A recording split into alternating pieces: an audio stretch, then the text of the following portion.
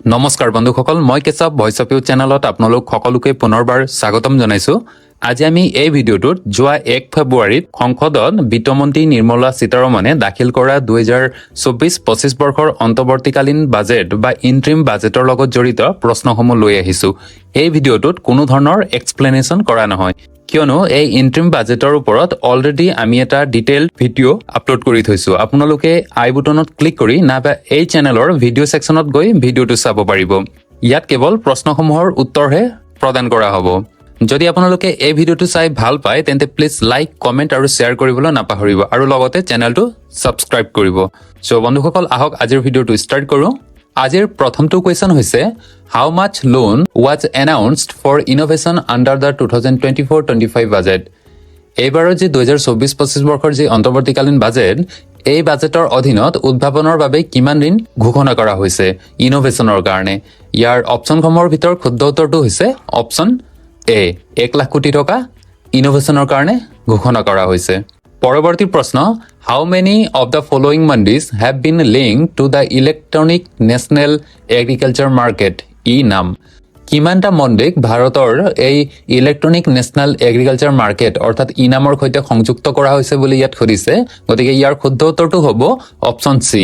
1361টা মণ্ডিক এই electronic national agriculture মাৰ্কেটৰ সৈতে সংযুক্ত কৰা হৈছে। পৰৱৰ্তী প্ৰশ্ন, by which of the following years has India been declared a developed nation? তলৰ কোনটো বছৰৰ ভিতৰত ভাৰতক উন্নত ৰাষ্ট্ৰ হিচাপে ঘোষণা কৰা হ'ব? এইবাৰৰ বাজেটত এটা লক্ষ্য ৰখা হৈছে যে ভাৰতক এই চনৰ ভিতৰত যিকোনো প্ৰকাৰেই এখন উন্নত ৰাষ্ট্ৰ বা ডেভেলপ কাণ্ট্ৰি হিচাপে গঢ়ি তোলা হ'ব। গতিকে সেই নিৰ্ধাৰিত চনটো কোনটো বুলি সুধিছে ইয়াত, কোনটো চনৰ ভিতৰত ভাৰতক এখন বিকশিত ৰাষ্ট্ৰ হিচাপে ঘোষণা কৰা হ'ব? ইয়াৰ টাৰ্গেট ইয়েৰটো হৈছে অপশ্যন চি। অপশ্যন চি হৈছে শুদ্ধ উত্তৰ, 2047। 2047 চনত ভাৰত স্বাধীন হোৱাৰ 100 বছৰ হ'ব। গতিকে ভাৰত স্বাধীন হোৱাৰ 100 বছৰত ভাৰতক এখন বিকশিত ৰাষ্ট্ৰ হিচাপে গঢ়ি তোলাৰ লক্ষ্য লোৱা হৈছে। পৰৱৰ্তী প্ৰশ্ন, how many youth have been trained under the skill India mission? Skill India মিছনৰ অধীনত কিমানজন যুৱক যুৱতীক প্ৰশিক্ষণ দিয়া হৈছে? অৰ্থাৎ এই ভাৰতৰ যিটো স্কিল ইণ্ডিয়া মিছন, ইয়াৰ থ্ৰুৱেদি বহুতো যুৱক যুৱতীক ট্ৰেইন কৰা হয়। গতিকে সুধিছে যে কিমানজন যুৱক যুৱতীক এই প্ৰশিক্ষণ দিয়া হৈছিল? ইয়াৰ শুদ্ধ উত্তৰটো হৈছে অপশ্যন ডি, 1.4 কোটি যুৱক যুৱতীক এই প্ৰশিক্ষণ দিয়া হৈছিল। পৰৱৰ্তী প্ৰশ্ন, girls of how many age of the following have been announced to be vaccinated against cervical cancer? কিমান বয়সৰ ছোৱালীক চাৰ্ভাইকেল কেঞ্চাৰৰ প্ৰতিষেধক লোৱাৰ কথা ঘোষণা কৰা হৈছে? আজিকালি সঘনাই নিউজত শুনিবলৈ পাওঁ যে চাৰ্ভাইকেল কেঞ্চাৰৰ বিষয়ে। এই চাৰ্ভাইকেল কেঞ্চাৰৰ পৰা প্ৰতিষেধক হিচাপে কিমান বছৰ বয়সৰ ছোৱালীক ভেকচিনেশ্যন প্ৰদান কৰা হ'ব? ইয়াৰ অপশ্যনসমূহৰ ভিতৰত শুদ্ধ উত্তৰটো হৈছে অপশ্যন এ, 9ৰ পৰা 14 বছৰ বয়সৰ সকলো ছোৱালীকে এই চাৰ্ভাইকেল কেঞ্চাৰৰ পৰা পৰিত্ৰাণ পাবৰ কাৰণে প্ৰতিষেধক অৰ্থাৎ ভেকচিন প্ৰদান কৰা হ'ব। পৰৱৰ্তী প্ৰশ্ন, how much loan has been given to women under Mudra Yojana? মুদ্ৰা যোজনাৰ অধীনত মহিলাক কিমান ঋণ দিয়া হৈছে? ইয়াৰ শুদ্ধ উত্তৰটো হৈছে অপশ্যন বি, 30 কোটি। আপোনালোকে যদি এই বাজেটৰ বিষয়ে ডিটেইলছ চাব বিচাৰে তেন্তে আমাৰ চেনেলত গৈ ভিডিঅ'টো চাব পাৰিব। তাত সুন্দৰকৈ গোটেইখিনি কথা, ইম্পৰ্টেণ্ট তথ্যখিনি, ইম্পৰ্টেণ্ট বিষয়খিনি এনালাইজ কৰা হৈছে বা এক্সপ্লেইন কৰা হৈছে। গতিকে আপোনালোকে যদি এক্সপ্লেনেশ্যন বিচাৰে তেতিয়া সেই ভিডিঅ'টোত গৈ চাব পাৰিব। ইয়াত কেৱল প্ৰশ্ন আৰু উত্তৰহে দিয়া হ'ব। পৰৱৰ্তী প্ৰশ্ন, by which year has it been announced to make carbon emission net zero'? কোন বছৰৰ ভিতৰত কাৰ্বন নিৰ্গমনক নিকাশূন্য কৰাৰ কথা ঘোষণা কৰা হৈছে? এইবাৰ ইয়াৰ টাৰ্গেট ইয়েৰটো হৈছে অপশ্যন ডি, 2070। 2070 চনৰ ভিতৰত ভাৰতক carbon emission net zero' country হিচাপে ঘোষণা কৰাৰ লক্ষ্য ৰখা হৈছে। পৰৱৰ্তী প্ৰশ্ন, under the 2024-25 budget A loan of race 75,000 crores will be given to the state for how many years? 2024-25 চনৰ বাজেটৰ অধীনত ৰাজ্যসমূহক কিমান বছৰৰ বাবে 75,000 কোটি টকাৰ ঋণ দিয়া হ'ব? এইটো একচুৱেলি বিকশিত ভাৰত গঢ়ি তুলিবৰ কাৰণে প্ৰতিটো ৰাজ্যকে ঋণ দিয়াৰ ব্যৱস্থা কৰা হৈছে, সেইটো বাজেটত উল্লেখ কৰা হৈছে। গতিকে 75,000 কোটি টকাকৈ কিমান বছৰৰ কাৰণে ৰাজ্যসমূহক ঋণ দিয়া হ'ব? ইয়াৰ অপশ্যনসমূহৰ শুদ্ধ উত্তৰটো হৈছে অপশ্যন ডি, 50 বছৰ। 50 বছৰৰ কাৰণে ৰাজ্যসমূহক এই ঋণটো প্ৰদান কৰা হ'ব। পৰৱৰ্তী প্ৰশ্ন how much amount has been allocated for the Ayushman Bharat scheme under the 2024-25 budget 2024-25 চনৰ বাজেটৰ অধীনত আয়ুষ্মান ভাৰত আঁচনিৰ বাবে কিমান ধন আবণ্টন দিয়া হৈছে আয়ুষ্মান ভাৰত আঁচনিৰ বাবে কিমান ধন আবণ্টন দিয়া হৈছে ইয়াৰ শুদ্ধ উত্তৰটো হৈছে অপচন সি ৭৫০০ কোটি টকা পৰৱৰ্তী প্ৰশ্ন by which year the target has been set to reach India's GDP to raise 7 trillion কোন বছৰৰ ভিতৰত ভাৰতৰ জিডিপি 7 ট্ৰিলিয়ন টকালৈ বৃদ্ধিৰ লক্ষ্য নিৰ্ধাৰণ কৰা হৈছে এইবাৰ বাজেটত উল্লেখ কৰা আছে যে ভাৰতৰ জিডিপি অহা 2030 বৰ্ষৰ ভিতৰত 7 ট্ৰিলিয়ন হোৱাৰ লক্ষ্য নিৰ্ধাৰণ কৰা হৈছে গতিকে শুদ্ধ উত্তৰটো হৈছে অপচন ডি পৰৱৰ্তী প্ৰশ্ন How much amount has been allocated to the National Green Hydrogen Mission in the 2024-25 budget? 2024-25 চনৰ বাজেটত ৰাষ্ট্ৰীয় সেউজ হাইড্ৰজেন মিছনৰ বাবে কিমান ধন আবণ্টন দিয়া হৈছে ইয়াৰ শুদ্ধ উত্তৰটো হৈছে অপচন ডি 600 কোটি টকা যোৱা বছৰতকৈ এইবাৰ দুগুণ কৰা হৈছে যোৱা বছৰ নিয়াৰবাই 300 কোটি আছিল এইবাৰ 600 কোটি কৰা হৈছে পৰৱৰ্তী প্ৰশ্ন how much budget has been allocated for MNREGA under the 2024-25 budget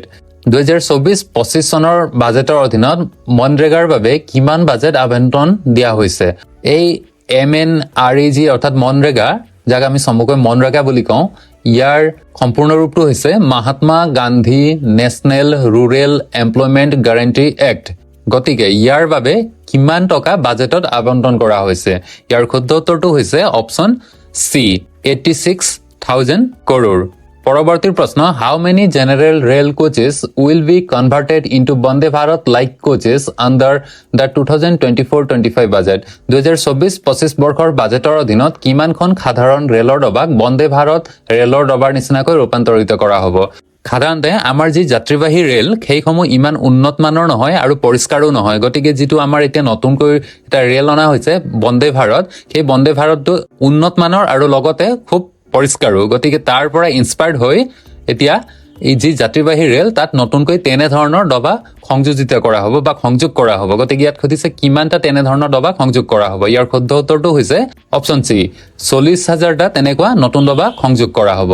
পৰৱৰ্তী প্ৰশ্ন how many integrated aqua parks will be set up under budget 2024-25 2024-25 চনৰ বাজেটৰ অধীনত কিমানটা সংহত একুৱা পাৰ্ক বা জল উদ্যান স্থাপন কৰা হ'ব ইয়াৰ শুদ্ধ উত্তৰটো হৈছে অপচন সি 5টা এনে ধৰণৰ সংহত একুৱা পাৰ্ক বা জল উদ্যান স্থাপন কৰা হ'ব পৰৱৰ্তী প্ৰশ্ন how many houses will be build in the next 5 years under the 2024-25 budget 2024-25 বৰ্ষৰ বাজেটৰ অধীনত অহা 5 বছৰত কিমান ঘৰ নিৰ্মাণ কৰা হ'ব ইয়াৰ শুদ্ধ উত্তৰটো হৈছে অপচন বি 2 কোটি ঘৰ বাজেটত উল্লেখ কৰা হৈছে যে ইতিমধ্যে ভাৰতবৰ্ষত 3 কোটি ঘৰ বনোৱা হৈ গৈছে এতিয়া নতুনকৈ অহা 5 বছৰৰ ভিতৰত 2 কোটি ঘৰ বনোৱাৰ কথা তাত উল্লেখ কৰিছে পৰৱৰ্তী প্ৰশ্ন how much budget has been keeped for defence under the 2024-25 budget 2024-25 চনৰ বাজেটৰ অধীনত প্ৰতিৰক্ষাৰ বাবে কিমান বাজেট ৰখা হৈছে প্ৰতিৰক্ষা অৰ্থাৎ ডিফেন্স সেক্টৰ এইটো একচুয়ালি মনত ৰাখিব এই ডিফেন্সৰ লগত প্ৰশ্নবোৰ প্ৰায় খগনাই খোদা দেখা যায় গতিকে প্ৰতিৰক্ষাৰ বাবে কিমান বাজেট ৰখা হৈছে বুলি প্ৰশ্ন আহিব পাৰে গতিকে ইয়াৰ শুদ্ধ উত্তৰটো হ'ব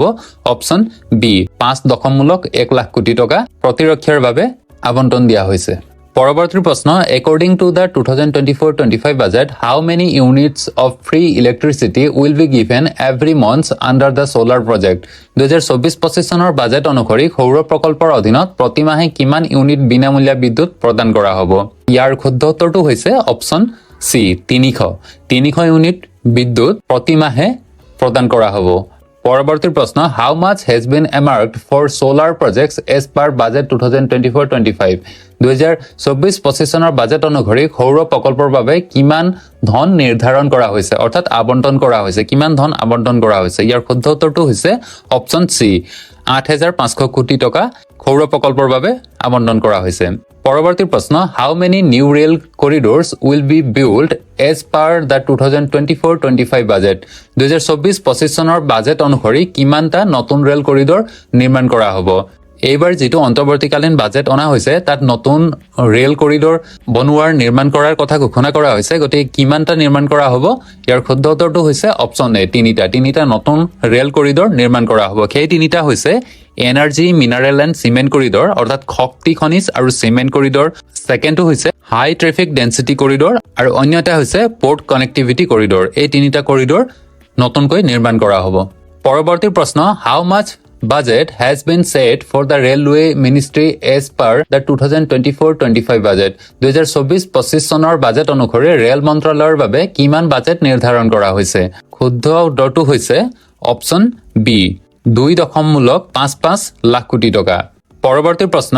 What new name has been given to GDP used in interim budget 2024-25 2024-25 চনৰ অন্তৰ্বৰ্তীকালীন বাজেটত ব্যৱহৃত জিডিপিক নতুন কি নাম দিয়া হৈছে অৰ্থাৎ এনে আমি জানো যে জিডিপি মানে গ্ৰছ ডমেষ্টিক প্ৰডাক্ট কিন্তু এইবাৰ যি বাজেট অনা হৈছে তাত ইয়াক গভৰ্নেন্স ডেভেলপমেন্ট আৰু পাৰফৰমেন্স নাম দিয়া হৈছে গতিকে ইয়াৰ শুদ্ধ উত্তৰটো হৈছে অপচন এ ইয়াক যদি অসমীয়াত চাওঁ তেতিয়া শাসন উন্নয়ন আৰু কৰ্মক্ষমতা বুলি আমি জানিব পাৰিম কিন্তু ইয়াৰ অসমীয়া ট্ৰান্সলেচনৰ প্ৰয়োজন নাই ইয়াৰ কেৱল বুজিবৰ সুবিধাৰ অৰ্থেহে দিয়া হৈছে আপোনালোকে এই ইংলিছ টাৰ্ম তিনিটা মনত ৰাখি থব জিডিপিৰ জিৰ পৰা অনা হৈছে গভৰ্নেন্স ডিৰ পৰা অনা হৈছে ডেভেলপমেন্ট আৰু পিৰ পৰা অনা হৈছে পাৰফৰমেন্স পৰৱৰ্তী প্ৰশ্ন what is the full form of FDI used in interim budget 2024-25 2024-25 চনৰ অন্তৰ্বৰ্তীকালীন বাজেটত ব্যৱহৃত প্ৰত্যক্ষ বিদেশী বিনিয়োগৰ সম্পূৰ্ণ ৰূপ কি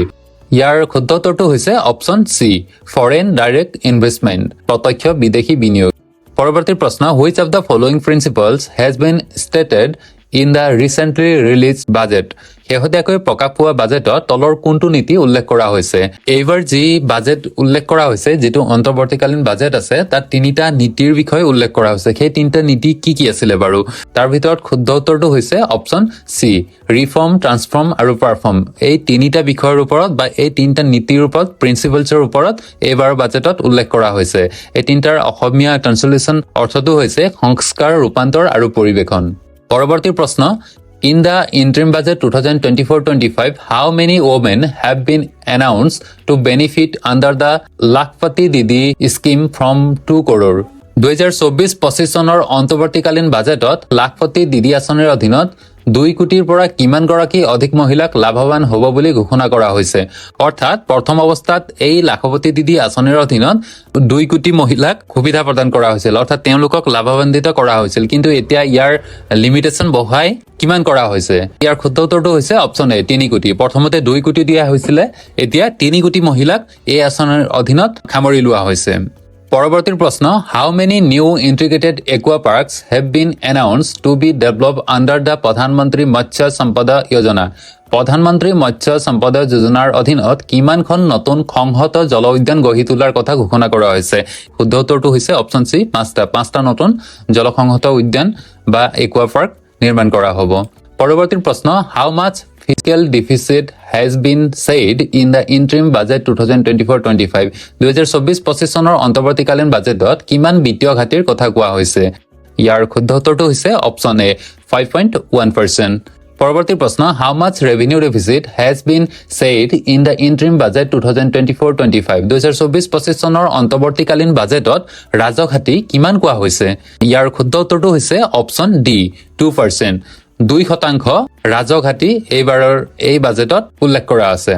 পৰৱৰ্তী প্ৰশ্ন how much revenue expenditure has been said in the interim budget 2024-25 2024-25 চনৰ অন্তৰ্বৰ্তীকালীন বাজেটত অৰ্থাৎ এইবাৰৰ বাজেটত ৰাজহ ব্যয়ৰ কথা কিমান কোৱা হৈছে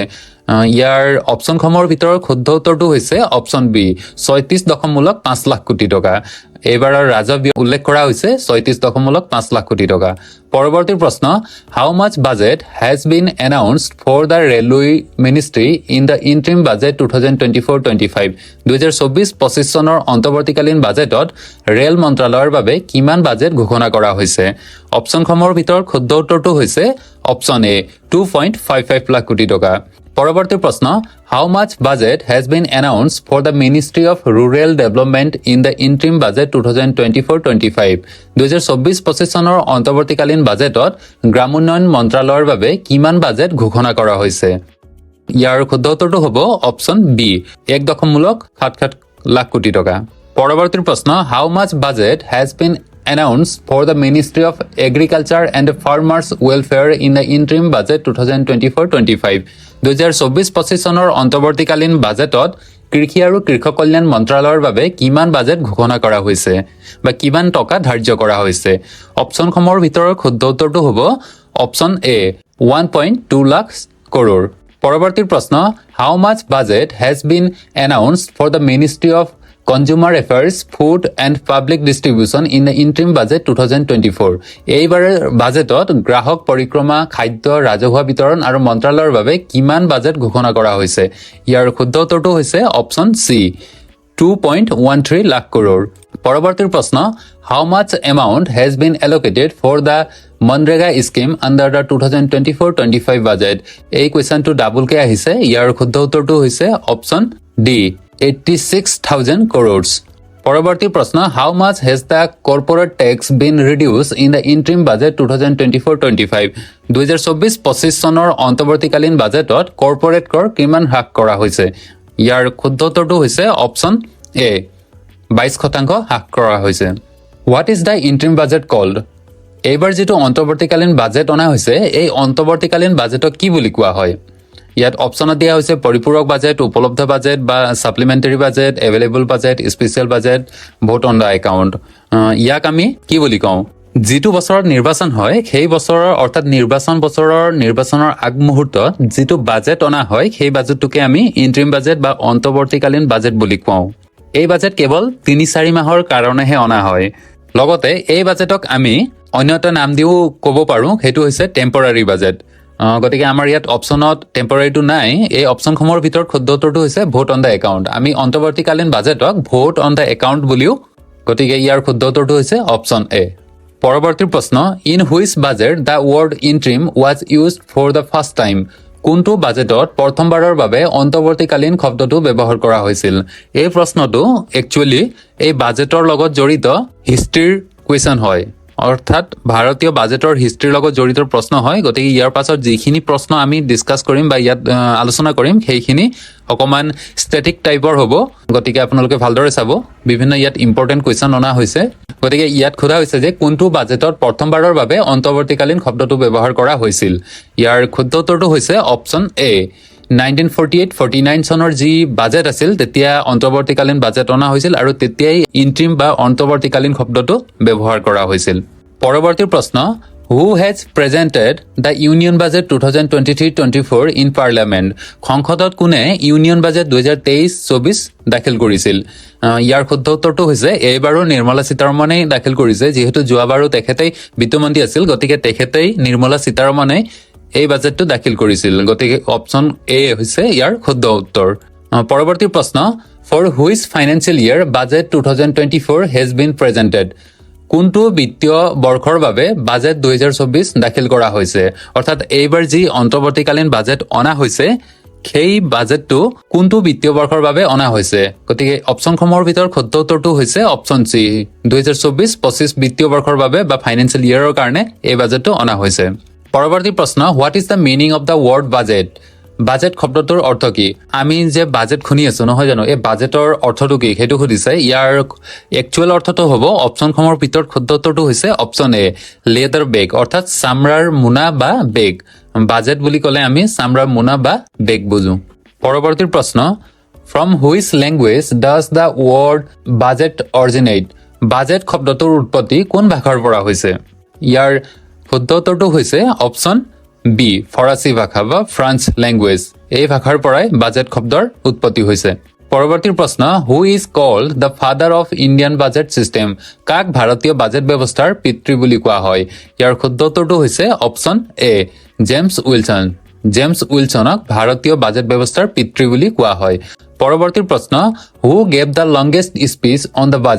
বাজেট সন্দৰ্ভত কোনে আটাইতকৈ দীঘলীয়া ভাষণ দিছিল ইয়াৰ শুদ্ধ উত্তৰটো হৈছে option B Nirmala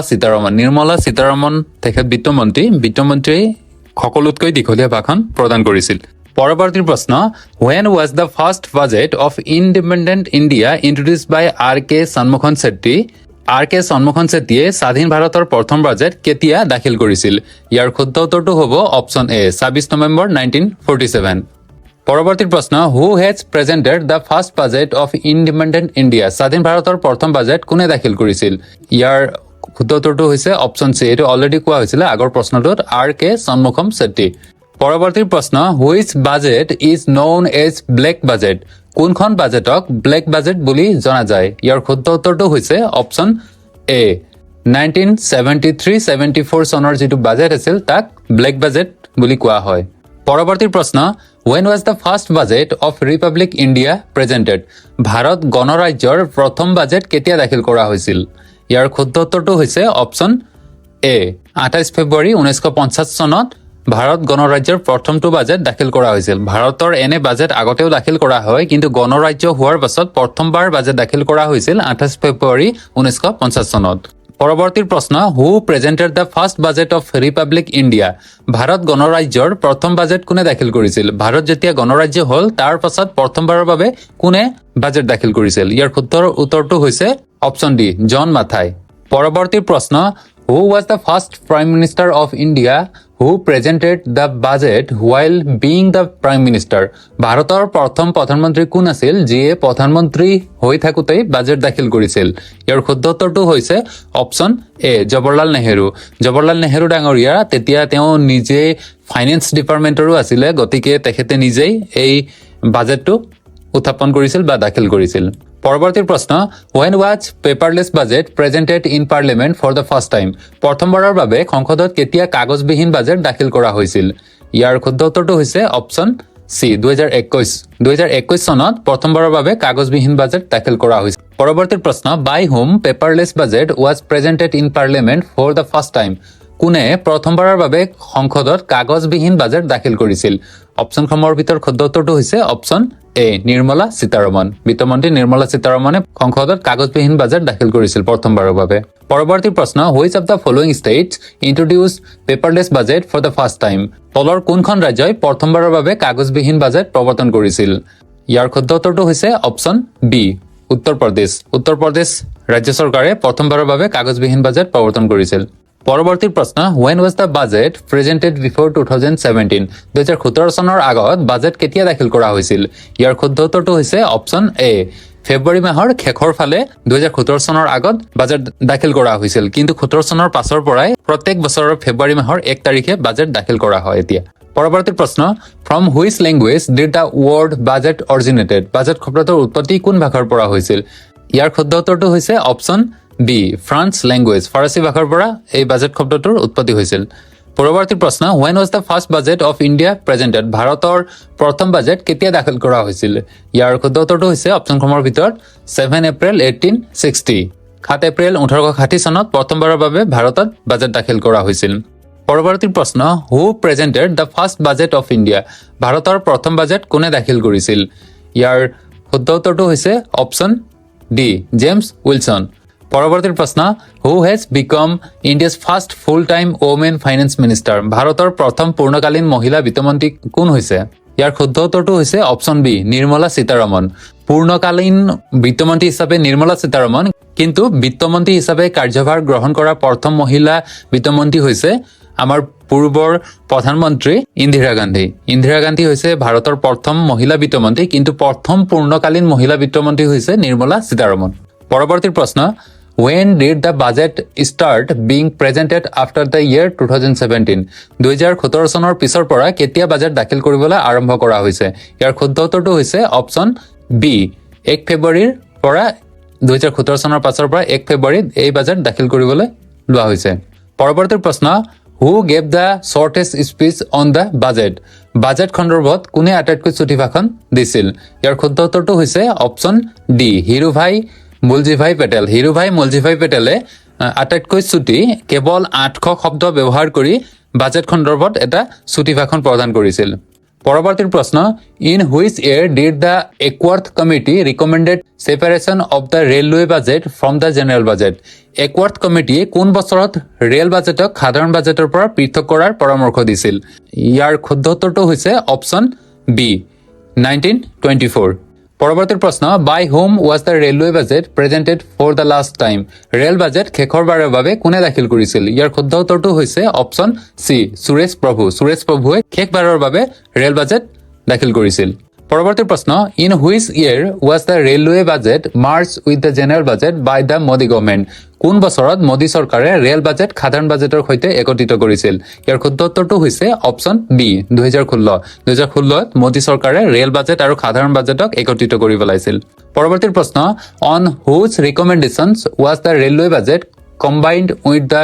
general budget in 2017-18 2017-18 চনৰ সাধাৰণ বাজেটৰ সৈতে ৰেল বাজেট সংযুক্ত কৰা হৈছিল কাৰ পৰামৰ্শৰ ভিত্তিত ইয়াৰ শুদ্ধ উত্তৰটো হৈছে অপচন বি বিবেক দেবৰয়ৰ পৰামৰ্শ অনুসৰি 17-18ত এই সাধাৰণ বাজেটৰ সৈতে ৰেল বাজেট সংযুক্ত কৰা হৈছিল পৰৱৰ্তী প্ৰশ্ন who is the first women finance minister of India ভাৰতৰ প্ৰথম মহিলা বিত্তমন্ত্ৰী কোন ইয়াৰ শুদ্ধ উত্তৰটো হৈছে অপচন এ ইন্দিৰা গান্ধী কিন্তু ভাৰতৰ প্ৰথম পূৰ্ণকালীন বিত্তমন্ত্ৰী কোন বুলি খুদিলে তেতিয়া আমাৰ উত্তৰটো হ'ব নিৰ্মলা সীতাৰমণ পৰৱৰ্তী প্ৰশ্ন how many prime ministers of India have presented the budget while being the prime minister প্ৰধানমন্ত্ৰী হৈ থকাৰ সময়ত ভাৰতৰ কিমানজন প্ৰধানমন্ত্ৰীয়ে বাজেট দাখিল কৰিছে ইয়াৰ শুদ্ধ উত্তৰটো হৈছে অপচন চি 3জন প্ৰধানমন্ত্ৰী হৈ থাকোঁতে বাজেট দাখিল কৰিছিল এজনৰ মই নাম কৈ দিছো তেখেত হৈছে জৱাহৰলাল নেহৰু বাকি দুজনৰ নাম আপোনালোকে কমেন্ট কৰি জনাব পৰৱৰ্তী প্ৰশ্ন বিত্তমন্ত্ৰী হোৱাৰ লগত চি.ডি. দেশমুখ ভাৰতৰ কিহৰ গভৰ্ণৰ আছিল ইয়াৰ শুদ্ধ উত্তৰটো হৈছে option B RBI reserve bank of ইণ্ডিয়াৰ তেখেত গভৰ্ণৰো আছিল আৰু লগতে ভাৰতৰ বিত্তমন্ত্ৰীও হৈ আছিল পৰৱৰ্তী প্ৰশ্ন who is the present finance minister of India ভাৰতৰ বৰ্তমানৰ বিত্তমন্ত্ৰী কোন এইটো সম্ভৱ সকলোৱে জানো সদায় শুনি থকা কথা ইয়াৰ শুদ্ধ উত্তৰটো হৈছে অপচন বি নিৰ্মলা সীতাৰমণ পৰৱৰ্তী প্ৰশ্ন in which budget was the establishment of planning commission mentioned কোনখন বাজেটত পৰিকল্পনা আয়োগ স্থাপনৰ কথা উল্লেখ কৰা হৈছিল ইয়াৰ শুদ্ধ উত্তৰটো হৈছে option D in the budget of 1950 1950 চনৰ বাজেটত পৰিকল্পনা আয়োগ স্থাপনৰ কথা উল্লেখ কৰা হৈছিল যিটোক আমি এতিয়া নীতি আয়োগ বুলি কওঁ এতিয়া আমাৰ পৰিকল্পনা আয়োগৰ নাম চেঞ্জ কৰি সলনি কৰি নীতি আয়োগ গঠন কৰা হৈছে পৰৱৰ্তী প্ৰশ্ন who has become the first women finance minister to present a budget for the 6th consecutive time একেৰাহে 6 বাৰ বাজেট দাখিল কৰা প্ৰথম মহিলা বিত্তমন্ত্ৰী কোন হ'ল ইয়াৰ শুদ্ধ উত্তৰটো হৈছে অপচন বি নিৰ্মলা সীতাৰমণে একেৰাহে কণ্টিনিউয়াছলি 5 বাৰ সাধাৰণ বাজেট দাখিল কৰিছে আৰু এইবাৰ যেটো বাজেট দাখিল কৰিছে সেইটো হৈছে অন্তৱৰ্তীকালীন বাজেট অৰ্থাৎ তেখেতৰ জীৱনত এইবাৰ প্ৰথম অন্তৱৰ্তীকালীন বাজেট দাখিল কৰিছে আৰু ইয়াৰ আগত 5 বাৰ তেখেতে সম্পূৰ্ণ বাজেট বা জেনেৰেল বাজেট দাখিল কৰিছে গতিকে দুইটা মিলাই 6 বাৰ কণ্টিনিউয়াছলি তেখেতে বাজেট দাখিল কৰিছে পৰৱৰ্তী প্ৰশ্ন in which article of the Indian constitution the word budget has been used সংবিধানৰ কোনটো অনুচ্ছেদত বাজেট শব্দটো ব্যৱহাৰ কৰা হৈছে অপচনসমূহৰ ভিতৰত শুদ্ধ উত্তৰটো হৈছে option D not in the article কোনো অনুচ্ছেদত এই বাজেট শব্দটো ব্যৱহাৰ কৰা হোৱা নাই ভাৰতীয় সংবিধানৰ কোনো এটা অনুচ্ছেদতে এই বাজেট শব্দটোৰ ব্যৱহাৰ কৰা হোৱা নাই পৰৱৰ্তী প্ৰশ্ন in which article of the constitution annual financial statement is mentioned ভাৰতীয় সংবিধানৰ কোনটো অনুচ্ছেদত বাৰ্ষিক বিত্তীয় বিৱৰণীৰ কথা উল্লেখ কৰা হৈছে ইয়াৰ শুদ্ধ উত্তৰটো হৈছে অপচন এ 112 নং অনুচ্ছেদত ভাৰতীয় সংবিধানৰ 112 নং অনুচ্ছেদত বাৰ্ষিক বিত্তীয় বিৱৰণীৰ কথা উল্লেখ কৰা হৈছে বাজেট শব্দটোৰ পৰিৱৰ্তে এই বাৰ্ষিক বিত্তীয় বিৱৰণীৰ কথা সংবিধানৰ 112 নং অনুচ্ছেদত উল্লেখ কৰা আছে পৰৱৰ্তী প্ৰশ্ন What is used in place of the word budget in the constitution? সংবিধানত বাজেট শব্দৰ ঠাইত কি ব্যৱহাৰ কৰা হৈছে ইয়াৰ শুদ্ধ উত্তৰটো হৈছে option C annual financial statement যেটো আমি অলৰেডি আগৰ প্ৰশ্নত ক'লো পৰৱৰ্তী প্ৰশ্ন how many times has paperless budget been presented in parliament so far সংসদত এতিয়ালৈকে কিমান বাৰ কাগজবিহীন বাজেট দাখিল কৰা হৈছে ইয়াৰ শুদ্ধ উত্তৰটো হৈছে অপচন সি 3 বাৰ দাখিল কৰা হৈছিল কিন্তু এবাৰ যেটো অন্তৱৰ্তীকালীন বাজেট দাখিল কৰা হৈছে সেইটো যদি সংযোগ কৰো তেতিয়া আমি 4 বাৰ বুলি ক'ব লাগিব পৰৱৰ্তী প্ৰশ্ন who holds the record of presenting the highest budget সৰ্বোচ্চ বাজেট দাখিল কৰাৰ অভিলেখ কাৰ হাতত আছে ইয়াৰ শুদ্ধ উত্তৰটো হৈছে অপচন বি মুৰাৰজী দেশাইৰ হাতত সৰ্বোচ্চ বাজেট দাখিল কৰাৰ অভিলেখ আছে তেওঁ সৰ্বমুঠ 10 বাৰ সংসদত বাজেট দাখিল কৰিছিল বন্ধুসকল বাজেটৰ লগত ৰিলেটেড MCQ ভিডিও ইমানে আছিল আমি যিখিনি পৰীক্ষাৰ কাৰণে ইম্পৰ্টেন্ট হয় সেই কোৱেশ্চনখিনি বাছি আনিছিলো গতিকে ভিডিওটো চাই কেনে পালে নিশ্চয় কমেন্ট কৰি জনাব আৰু ভিডিওটো চাই ভাল পালে লাইক কৰিব শেয়াৰ কৰিব আৰু লগতে আমাৰ চেনেলটো সাবস্ক্ৰাইব কৰিবলৈ নাপাহৰিব ধন্যবাদ